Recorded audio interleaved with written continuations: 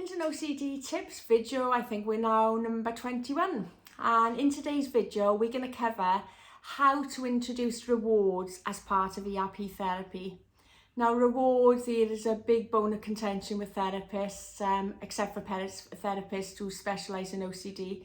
They're very against them. They don't think it's a good idea. But trust me, they've got to go through the parenting procedure like we do, haven't they, to understand how difficult it is. Because as great as it is to get professional therapy, and I was very grateful for it, at the end of the day, a lot of the therapy falls to us as parents. I mean, you'll come up with a plan together, they'll tell you how to implement it, but it's actually us as parents who actually have to go through the ordeal of getting our children through ERP therapy. So the rewards can come in very handy and a really good tip to try and make the therapy more manageable, because exposing themselves to their greatest fears is really, really uncomfortable for a teenager or a child with OCD, and they'll be very resistant, as you can imagine. So what you need to do is offer a sweetener. It doesn't have to be a massive sweetener, it doesn't have to be expensive. It's just whatever you know will work for your child, because every child has got their currency and they'll be open to negotiating on some reward. I mean, for my daughter, it's been anything from going for a spa day. Sometimes it'll be just something like a coffee or a trip in the car. I'll say, right, I'll take you for a trip to the beach if you do X, Y, or Z.